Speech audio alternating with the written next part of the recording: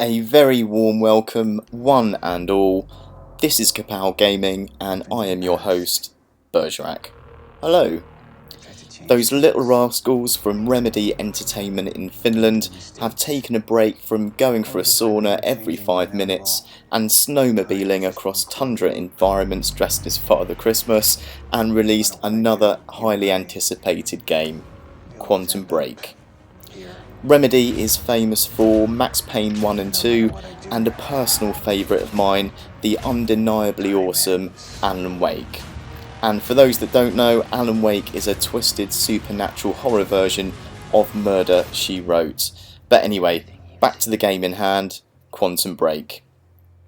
What, Kapow gamers, I hear you cry, is Quantum Break like? Well, let's get stuck in and find out.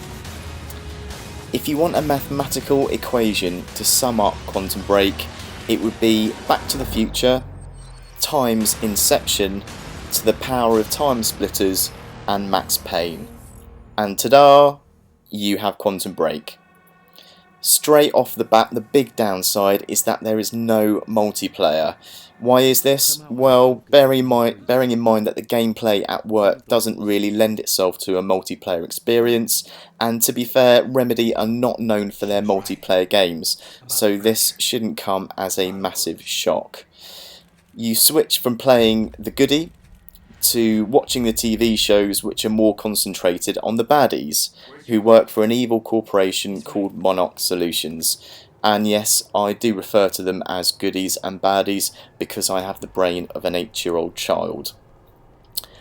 So you control the goodie in the gameplay and watch the baddies in action in the TV episodes, and this works surprisingly well. I really like this aspect of the game.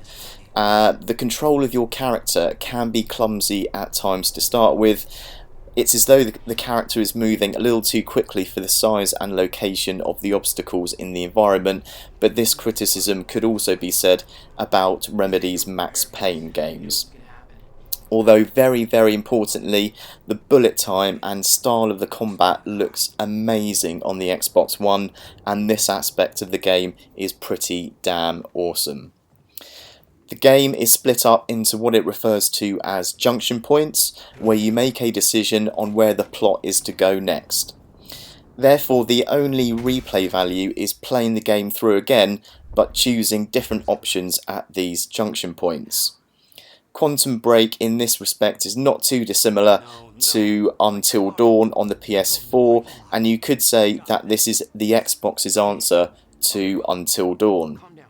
One way that Quantum Break has trumped Until Dawn is that the cutscenes at these junction points take the form of a live action TV show episode, which I have to admit were really, really impressive and exude a really high production value that would not look at all out of place on Netflix or an HBO produced TV programme.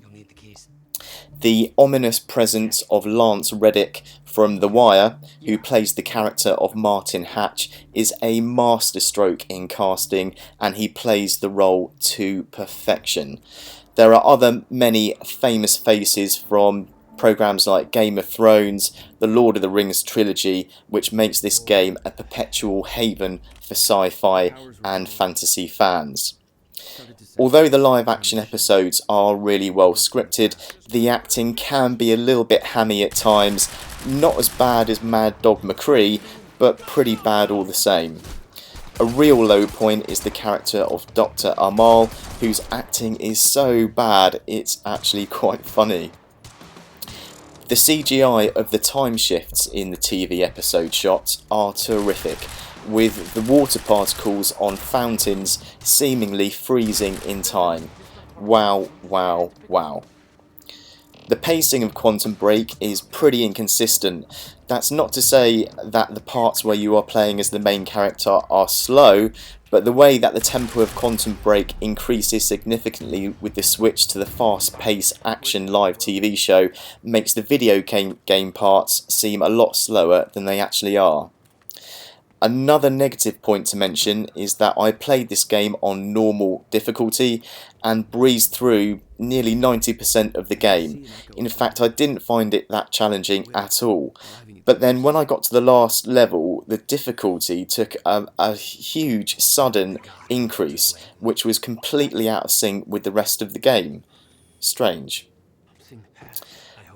There is not that much exploring to do, as the game is pretty linear, yet there are collectibles which come in the form of emails that you pick up as you travel through the levels, which expand on the narrative. This email correspondence that enhances the plot, they're way too long and should have been shortened, as it can take what feels like forever to read them.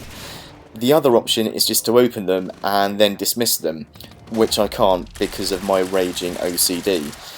If I want to read a load of people's work emails in my spare time, I'd go back to the office and shift through Microsoft Outlook on my work PC. Not good.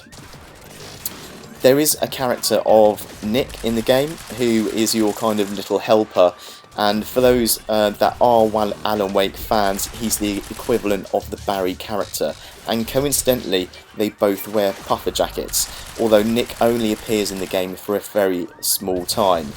Nick doesn't hit the same comedic high notes that Barry does, which is a shame because Barry from Alan Wake is amazing. So, as you've heard, there are many downsides to this game, but not enough for me not to recommend playing it. It is something that all Xbox One owners need to experience at some point. The atmosphere, the story, the graphics, the sound, and all of the TV episodes are awesome. But with no multiplayer, those bloody emails to read through, and its inconsistent pacing holds it back from being a truly great game. I hope you've enjoyed this review. Don't forget to like, subscribe and comment, and of course don't forget to share this video like nits in a primary school playground, and I will be back soon with some more reviews. You're Jack Joyce. Where is he? Where's my brother?